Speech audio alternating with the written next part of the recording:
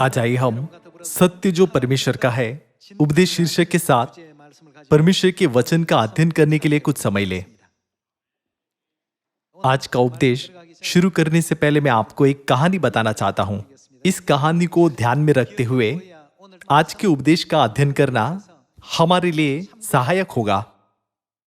एक प्राथमिक विद्यालय में अंक गणित की कक्षा थी।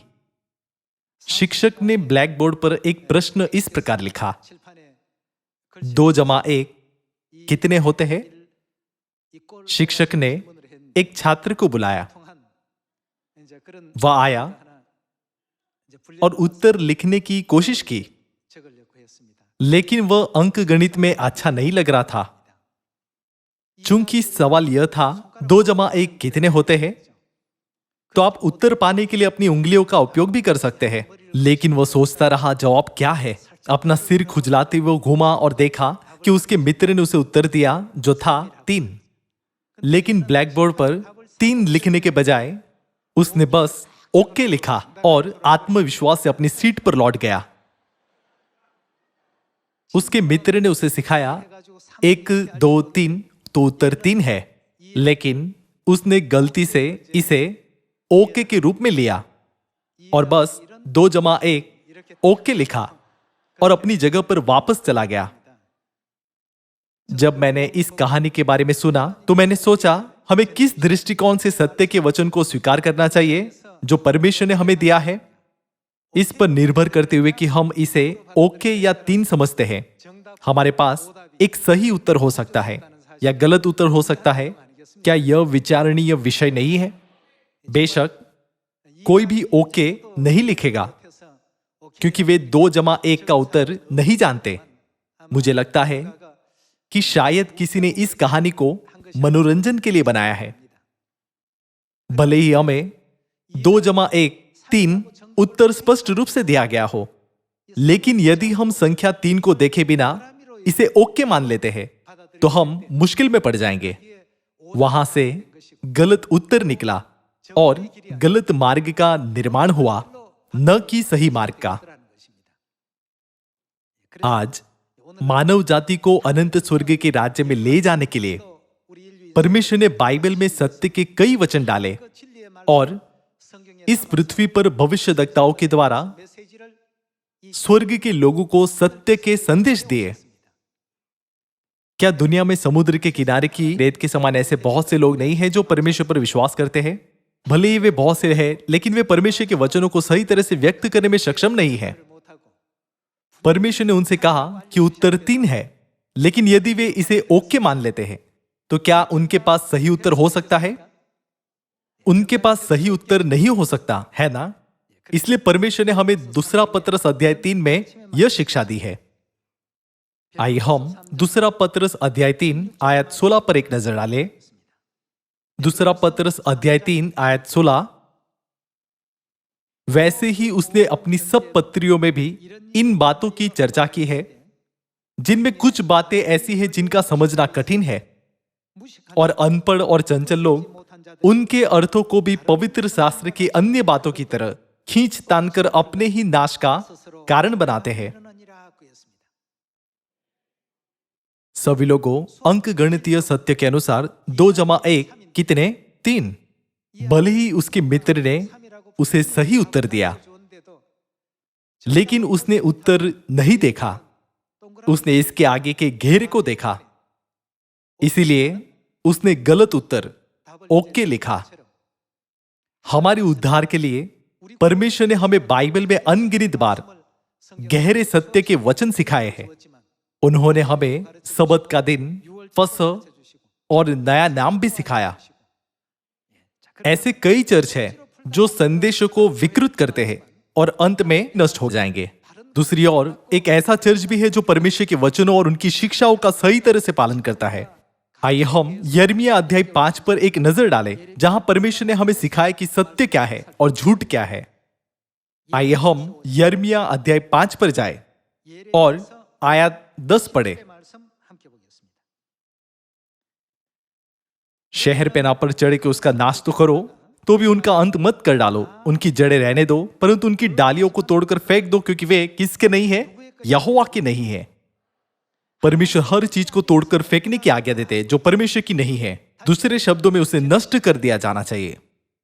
यिर्मयाह अध्याय 5 में परमेश्वर आज्ञा देते हैं कि जो परमेश्वर का नहीं है उसे नष्ट कर दिया जाए।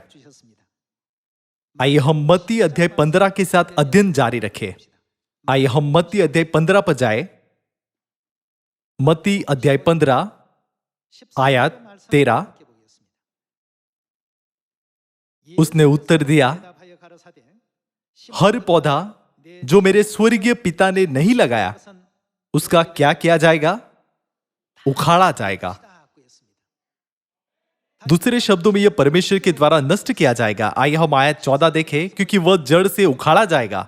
उनको जाने दो, वे अंधे मार्गदर्शक है, और अंधा यदि अंधे को मार्ग दिखाए तो दोनों ही गड्ढे में गिर पड़ेंगे। यहां हम मत्ती अध्याय 15 आयत 13 और 14 में देख सकते हैं, वह सब कुछ जो स्वर्गीय पिता अर्थात परमेश्वर ने नहीं लगाया है नष्ट किया जाएगा। बाइबल में लिखा है कि जो कुछ भी परमेश्वर का नहीं है उसे तोड़कर फेंकना चाहिए या जड़ से उखाड़ना चाहिए। दूसरे शब्दों में यह नष्ट किया जाएगा। आइए हम प्रेरितों की पुस्तक अध्याय 5 पर जाए और अध्याय 5 आयत 33 को एक साथ पढ़े।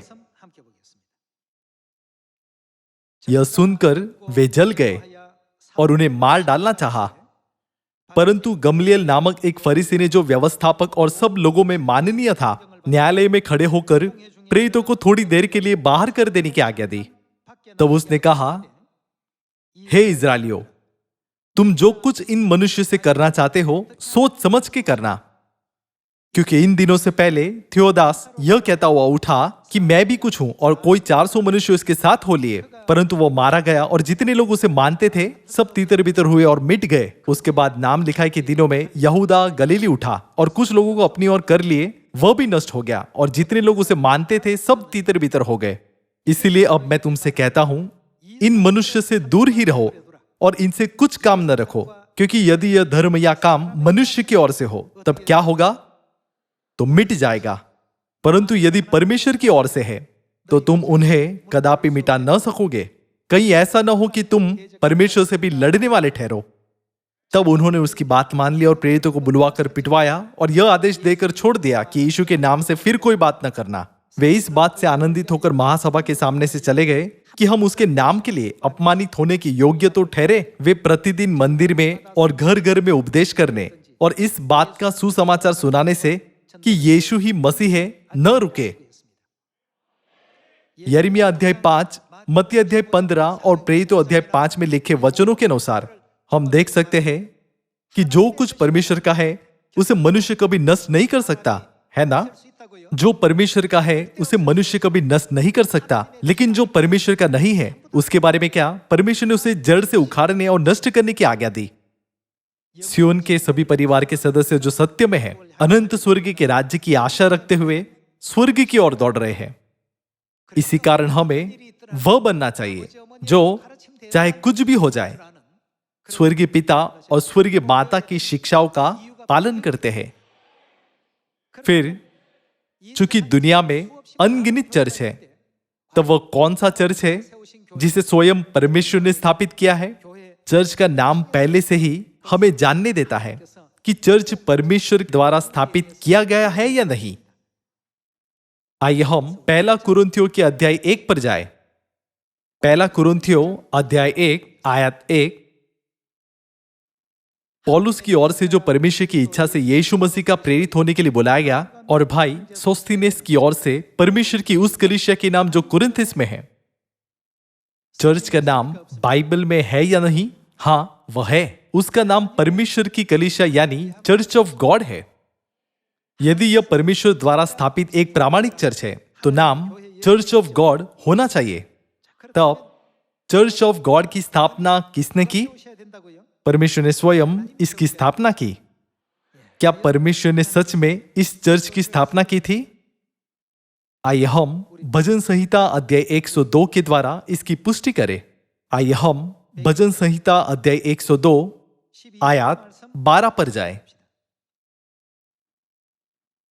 परंतु हे यहोवा, तू सदैव विराजमान रहेगा और जिस नाम से तेरा स्मरण होता है वह पीढ़ी से पीढ़ी तक बना रहेगा। तू उठकर सियोन पर दया करेगा, क्योंकि उस पर अनुग्रह करने का ठहराया हुआ समय आ पहुंचा है। क्योंकि तेरे दास उसके पत्थरों को चाहते हैं और उसकी धूल पर तरस खाते हैं। इसीलिए जाति जाति यहोवा के नाम का भय मानेगी और पृथ्वी के सब राजा तेरे प्रताप से डरेंगे। क्योंकि यहोवा ने क्या किया है? सियोन को फिर बसाया है और वह अपनी महिमा के साथ दिखाई देता है। बाइबल की भविष्यवाणी के अनुसार परमेश्वर के पर्वों को मनाने वाले चर्च ऑफ गॉड की स्थापना कौन करेगा? यह अवश्य ही परमेश्वर द्वारा स्थापित किया जाएगा। सियोन की स्थापना कोई मनुष्य नहीं करेगा। यह निश्चित रूप से परमेश्वर द्वारा स्थापित किया जाएगा। उस चर्च के संबंध में जिसे परमेश्वर स्थापित करेंगे, आइए हम प्रेरितों अध्याय 20 के द्वारा एक बार फिर इसकी पुष्टि करें। आइए हम प्रेरितों की पुस्तक अध्याय 20 आयत 28 पर एक नजर डालें। प्रेरितों अध्याय 20 आयत 28। इसीलिए अपनी और पूरे झुंड की चौकसी करो, जिसमें पवित्र आत्मा ने तुम्हें अध्यक्ष ठहराया है, कि तुम क्या करो? तुम परमेश्वर की कलीसिया की रखवाली करो, जिसे उसने अपने लहू से मोल लिया है। परमेश्वर ने इस चर्च को अपने लहू से स्थापित किया है। यह चर्च चर्च ऑफ गॉड है, जिसे प्रेरित पौलुस ने पहला कुरिन्थियों अध्याय 1 में दर्ज किया है। परमेश्वर ने चर्च ऑफ गॉड को किससे मोल लिया? उन्होंने इस चर्च को अपनी वाचा के लहू से मोल लिया है। नई वाचा फसह के सत्य के बहुमूल्य लहू से चर्च ऑफ गॉड की स्थापना हुई है। सभी लोगों इस उल्लेखनीय विशेषता के साथ हमें सत्य और झूठ के बीच अंतर करने में सक्षम होना चाहिए। तब इस चर्च की अन्य विशेषताएं क्या है जिसे परमेश्वर ने स्थापित किया? आइए हम लूका अध्याय 4 पर जाएं और इनमें से प्रत्येक विशेषता पर एक नजर डालें। केवल जब हम परमेश्वर के हैं तो हम अनंत उद्धार में प्रवेश कर सकते हैं। हम किसी अन्य माध्यम से स्वर्ग नहीं जा सकते, है ना? आइए हम लूका अध्याय 4 आयत 16 देखें। लूका अध्याय 4 आयत 16। फिर वह नासरत में आया जहां पाला पोसा गया था, और अपनी रीति के अनुसार सबत के दिन आराधनालय में जाकर पढ़ने के लिए खड़ा हुआ। हम देख सकते हैं कि बाइबल वह दृश्य दिखाती है जहां यीशु ने सबत का दिन मनाया था। फिर उस चर्च में किस दिन आराधना होनी चाहिए जिसे यीशु ने स्थापित किया था? मत्ती अध्याय 12 आयत 8 के अनुसार मनुष्य का पुत्र किस दिन का प्रभु है? तब निसंदेह जिस चर्च की स्थापना यीशु ने की थी उसमें सबत के दिन को मनाने का नियम होना चाहिए। इसके अलावा चर्च का नाम चर्च ऑफ गॉड होना चाहिए, और यह वह चर्च होना चाहिए जिसे परमेश्वर ने स्वयं शरीर में आकर स्थापित किया। प्रेरित पौलुस ने भी यीशु के उदाहरणों और शिक्षाओं का पालन करते हुए सबत के दिन को पवित्र मनाया। आइए हम प्रेरितों अध्याय 17 में जाकर इसकी पुष्टि करें। इन सभी शिक्षाओं को परमेश्वर ने बोया था। यिर्मयाह 5 के द्वारा परमेश्वर हमें इस तथ्य के प्रति जागरूक करते हैं कि परमेश्वर ने जो कुछ भी बोया है उसके अलावा सभी चीजें जंगली बीज है, जो सच्चा सुसमाचार नहीं है लेकिन झूठ है, जिन्हें उखाड़कर नष्ट किया जाना चाहिए। आइए हम प्रेरितों अध्याय 17 आयत 2 पर जाए। पौलुस अपनी रीति के अनुसार उनके पास गया और 3 सबत के दिन पवित्र शास्त्रों से उनके साथ वाद विवाद किया और उनका अर्थ खोल खोल कर समझाता था कि मसीह को दुख उठाना और मरे हुओं में से जी उठना अवश्य था, और यही यीशु जिसकी मैं तुम्हें कथा सुनाता हूं मसीह है। उस समय लोग गलती से यीशु को केवल एक साधारण व्यक्ति, एक बड़े के पुत्र के रूप में समझते थे। लेकिन प्रेरित पौलुस ने उनके साथ पवित्र शास्त्र से वाद विवाद करते हुए कहा, यीशु जिसे तुम बड़ई का पुत्र कहते हो वह कोई और नहीं बल्कि मसीह है, जिनकी हम प्रतीक्षा कर रहे हैं। इस तरह उसने हर सबत के दिन पर गवाही दी और प्रचार किया। उसने हर सबत के दिन लोगों को सत्य का वचन सिखाया। दूसरे शब्दों में इसका क्या अर्थ है? क्या प्रेरित पौलुस ने भी सबत का दिन मनाया? बेशक प्रेरित पौलुस ने सबत का दिन मनाया। इस प्रकार यदि हम सबत का दिन मनाते हैं तो हम सबत का दिन क्यों मनाते हैं? सबत का दिन किसका है? हमें ऐसी कोई चीज मनाने की जरूरत नहीं है जो परमेश्वर की नहीं है। निर्गमन अध्याय 20 आयत 8 में परमेश्वर ने कहा हमें सबत के दिन को कैसे स्मरण रखना चाहिए? तू विश्राम दिन को पवित्र मानने के लिए स्मरण रखना। इस शिक्षा का पालन करते हुए यीशु ने नई वाचा के नियम के अनुसार सबत का दिन मनाया और प्रेरित पौलुस ने भी नई वाचा के नियम के अनुसार सबत का दिन मनाया। भले ही उसने यीशु के स्वर्गारोहण के बाद सुसमाचार प्राप्त किया, फिर भी उसने सबत के दिन को मनाना जारी रखा। जब हम सबत का दिन कहते हैं तो इसका मतलब रविवार की आराधना नहीं है जिसे आज चर्च मनाते हैं, लेकिन 7वां दिन शनिवार है ना? जब मैंने किसी को सबत के दिन के बारे में बताया तो उन्होंने कहा कि वह भी सबत का दिन मनाता है। मैंने उससे पूछा आप सप्ताह के कौन से दिन सबत का दिन मनाते हैं? उन्होंने कहा कि वह रविवार को सबत का दिन मनाते हैं। किस कारण से लोग रविवार को सबत का दिन मनाते हैं? क्या रविवार को मनाया जाने वाला सबत का दिन परमेश्वर का है? नहीं, ऐसा नहीं है। वे अब सही उत्तर 3 को न देखकर उसे ओके समझने का मूर्खतापूर्ण कार्य कर रहे हैं। तब क्या परमेश्वर ने कहा कि हमें रविवार को आराधना करनी चाहिए? आइए हम मत्ती अध्याय 28 में सही उत्तर पर एक नजर डालें। अध्याय 28, मत्ती अध्याय 28 आयत 1 में लिखा है कि सबत के दिन के बाद सप्ताह के कौन से दिन? सप्ताह के पहले दिन। सबत के दिन के बाद के दिन को सप्ताह का पहला दिन कहा जाता है। सप्ताह के दिन रविवार, सोमवार, मंगलवार, बुधवार, गुरुवार, शुक्रवार और शनिवार है। चूंकि सबत का दिन 7वां दिन है, इसलिए 7वें दिन के बाद हम पहले दिन पर लौटते हैं। पुराने दिनों में सप्ताह के दिनों को पहले दिन, दूसरे दिन, तीसरे दिन, चौथे दिन, 5वें दिन, छठे दिन और 7वें दिन के रूप में व्यक्त किया जाता था। चूंकि उत्पत्ति अध्याय 2 में लिखा है 7वें दिन उन्होंने विश्राम किया, तो 7वां दिन हमेशा सबत का दिन होना चाहिए। लेकिन 7वें दिन के बाद कौन सा दिन आया? पहला दिन आया। बाइबल के अनुसार इसे सप्ताह के पहले दिन के रूप में लिखा गया है ना? सप्ताह का पहला दिन सबत के बाद आया। सप्ताह के पहले दिन क्या हुआ था? सबत के दिन के बाद सप्ताह के पहले दिन पो फटते ही मरियम मगदलिनी और दूसरी मरियम कब्र को देखने आई। और देखो, एक बड़ा भूकंप हुआ क्योंकि प्रभु का एक दूत स्वर्ग से उतरा, उसके पास आकर उसने पत्थर को लुढ़का दिया और उस पर बैठ गया। उसका रूप बिजली का सा और उसका वस्त्र पाले के समान उज्जवल था। उसके भय से पहरुए कांप उठे और मृतक समान हो गए।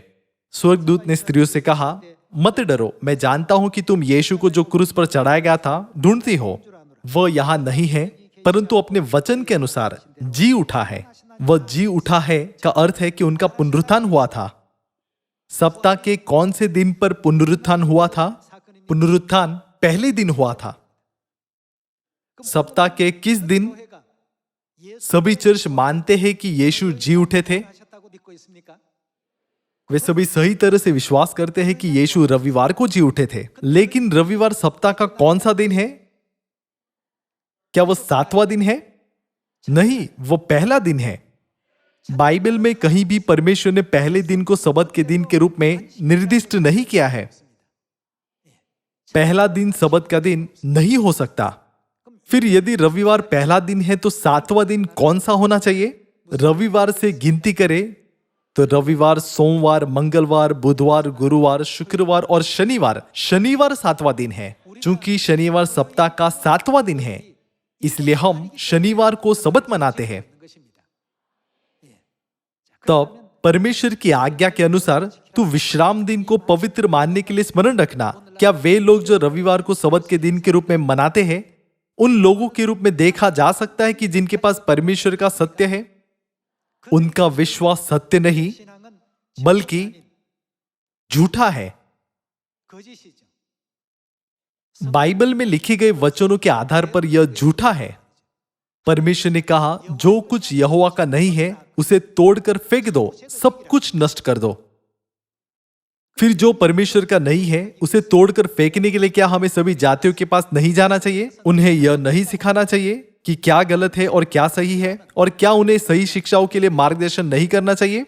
परमेश्वर ने हमें क्या करने की आज्ञा दी है? स्वर्ग के राज्य और उद्धार के मार्ग पर हमारी अगुवाई करने के लिए उन्होंने हमें कौन सा सत्य सिखाया है? हमें इसे हमेशा ध्यान में रखना चाहिए और बाइबल की शिक्षाओं का पालन करना चाहिए। इसीलिए हमें कभी भी परमेश्वर के वचन में कुछ बढ़ाना या घटाना नहीं चाहिए। क्या यह प्रकाशित वाक्य अध्याय 22 आयत 18 में भी नहीं लिखा है, न तो बढ़ाना या न घटाना? हमें जो कुछ भी परमेश्वर का है उसमें कभी भी कुछ नहीं बढ़ाना चाहिए और न ही घटाना चाहिए। हमारा चर्च सबत का दिन बना रहा है और चर्च का नाम चर्च ऑफ गॉड है। इसके अलावा यह पिता परमेश्वर और माता परमेश्वर द्वारा स्थापित किया गया है। चर्च ऑफ गॉड सच्चा प्रामाणिक चर्च है। तब आइए हम न केवल इस बात पर ध्यान केंद्रित करें कि सप्ताह का कौन सा दिन सबत का दिन है, बल्कि मत्ती अध्याय 28 आयत 18 पर जाकर बपतिस्मा के महत्व को भी देखें। आइए हम मत्ती अध्याय 28 आयत 18 पर एक नजर डालें और पढ़ें। यीशु ने उनके पास आकर कहा, स्वर्ग और पृथ्वी का सारा अधिकार मुझे दिया गया है, इसीलिए तुम जाओ, सब जाति के लोगों को चेला बनाओ और उन्हें पिता और पुत्र और पवित्र आत्मा के नाम से बपतिस्मा दो, और उन्हें सब बातें जो मैंने तुम्हें आज्ञा दी है मानना सिखाओ। परमेश्वर ने इन दिनों में जो सत्य बोया है उसमें परमेश्वर का नाम होना चाहिए। जब वो पिता के रूप में कार्य करते हैं, परमेश्वर का नाम होना चाहिए। जब वो पुत्र के रूप में कार्य करते हैं और परमेश्वर का नाम होना चाहिए। जब वो पवित्र आत्मा के रूप में कार्य करते हैं, हमें सभी नामों को जानना चाहिए और उन नामों पर विश्वास करना चाहिए। लेकिन यदि हम नामों को नहीं जानते तो क्या हम उन पर विश्वास कर सकते हैं? विश्वास करने के लिए हमें उन्हें जानना चाहिए। इसी कारण यशाया अध्याय 51 में नबी यशाया ने इस भविष्यवाणी को लिखा था। आइए हम यशाया अध्याय 51 आयत 3 पर एक नजर डालें। यशाया अध्याय 51 आयत 3।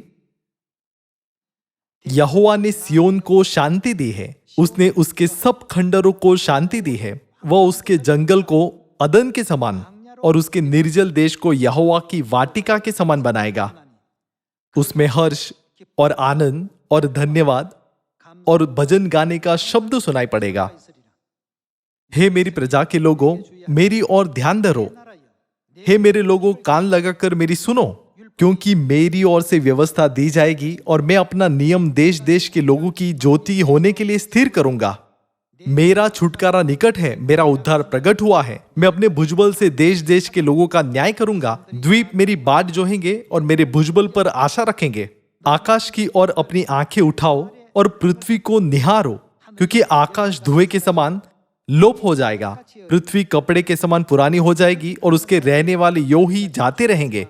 परंतु जो उद्धार मैं करूंगा वह सर्वदा ठहरेगा और मेरे धर्म का अंत न होगा। हे धर्म के जानने वालों, जिनके मन में मेरी व्यवस्था है,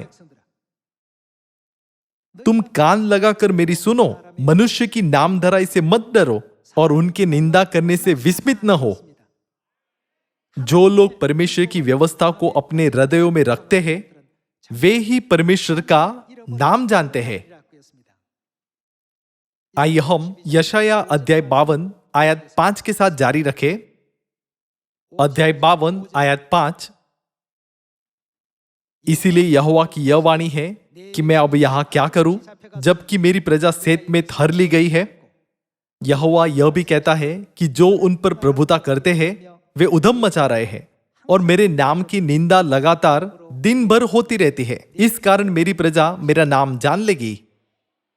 जो लोग अपने मन में परमेश्वर की व्यवस्था, सबत की व्यवस्था, फसह की व्यवस्था और नई वाचा की व्यवस्था रखते हैं, उन्हें किसका नाम जानना चाहिए? उन्हें परमेश्वर का नाम जानना चाहिए। लेकिन जब हम चर्च जाने वाले लोगों से पूछते हैं पवित्र आत्मा का नाम क्या है, तब कोई भी जवाब नहीं जानता। पिता का नाम क्या है? वे कहते हैं यहोवा। पुत्र का नाम क्या है? वे कहते हैं यीशु। लेकिन जब हम पूछते हैं पवित्र आत्मा का नाम क्या है, वे उत्तर देते हैं पवित्र आत्मा का नाम पवित्र आत्मा है। यह और क्या है? यह एक बहुत ही सामान्य उत्तर है जो लोग देते हैं। जिन लोगों के मन में सही रीति से परमेश्वर की व्यवस्था है, जिनके पास वह है जो परमेश्वर का है, उन्हें परमेश्वर का नाम जानना चाहिए। उनका नाम जानने का अर्थ केवल जानना ही नहीं, बल्कि उनके नाम पर विश्वास करना भी है। तब क्या आप पिता का नाम जानते हैं? क्या आप पुत्र का नाम जानते हैं? क्या आप पवित्र आत्मा का नाम जानते हैं? परमेश्वर ने कहा लोगों को पिता और पुत्र और पवित्र आत्मा के नाम से बपतिस्मा दो। इस प्रकार हमें इन नामों से लोगों को बपतिस्मा देने के लिए नामों को जानना चाहिए। जो बपतिस्मा इन नामों से नहीं होता है वह एक झूठा बपतिस्मा है। पापों की क्षमा की प्रतिज्ञा के बिना यह एक झूठा बपतिस्मा है। पिता और पुत्र और पवित्र आत्मा के नाम है। चूंकि पवित्र आत्मा का युग शुरू हुआ है, तो क्या हमें इस युग में पिता, पुत्र और पवित्र आत्मा के नाम से बपतिस्मा नहीं लेना चाहिए? इसीलिए परमेश्वर ने कहा मेरे लोग निश्चय ही मेरा नाम जानेंगे। आइए हम फिर से आयत 6 पढ़े। इसी कारण मेरी प्रजा मेरा नाम जान लेगी। वह उस समय जान लेगी कि जो बातें करता है वह यहोवा ही है। देखो मैं ही हूं। इस कारण से पवित्र आत्मा के युग में फिर से आने पर परमेश्वर यीशु के नाम के अलावा और क्या नाम लाएंगे? बाइबल पहले ही भविष्यवाणी कर चुकी है कि परमेश्वर इस पृथ्वी पर एक नए नाम मसीह आन सांग होंग के साथ आएंगे।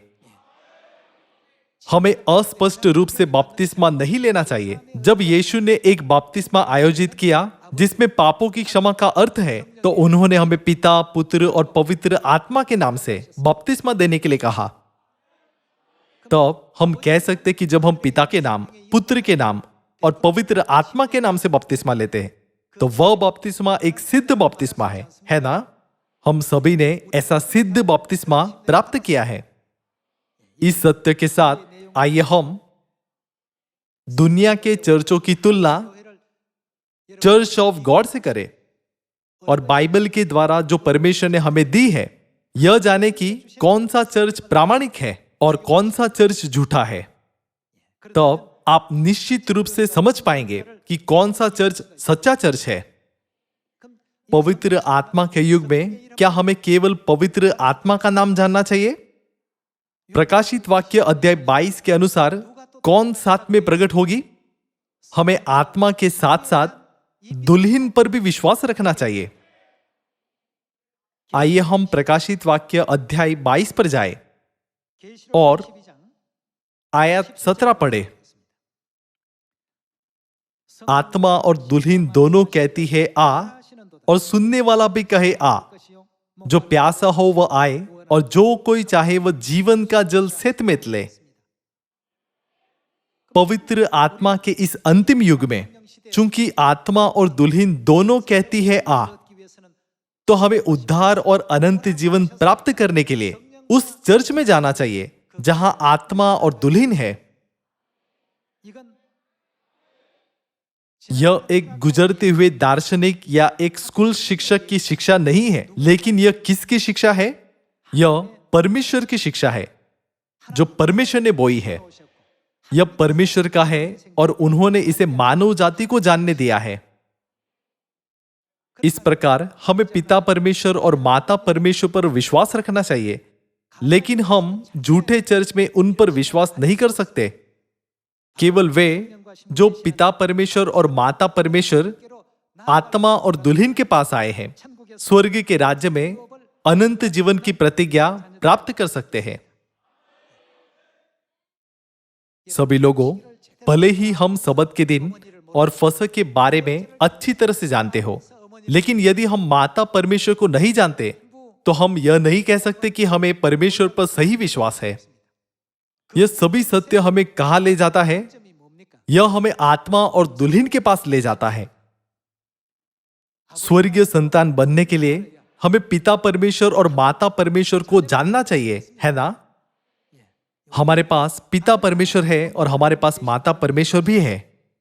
आइए हम एक बार फिर याद रखें, कि यह सत्य परमेश्वर का है और यह प्रामाणिक है। आप सभी को, दुनिया के सभी लोगों को इस सत्य की घोषणा करने के लिए कहते हुए जिसे परमेश्वर ने हमें दिया है, मैं उपदेश समाप्त करना चाहूंगा। आपका बहुत बहुत धन्यवाद।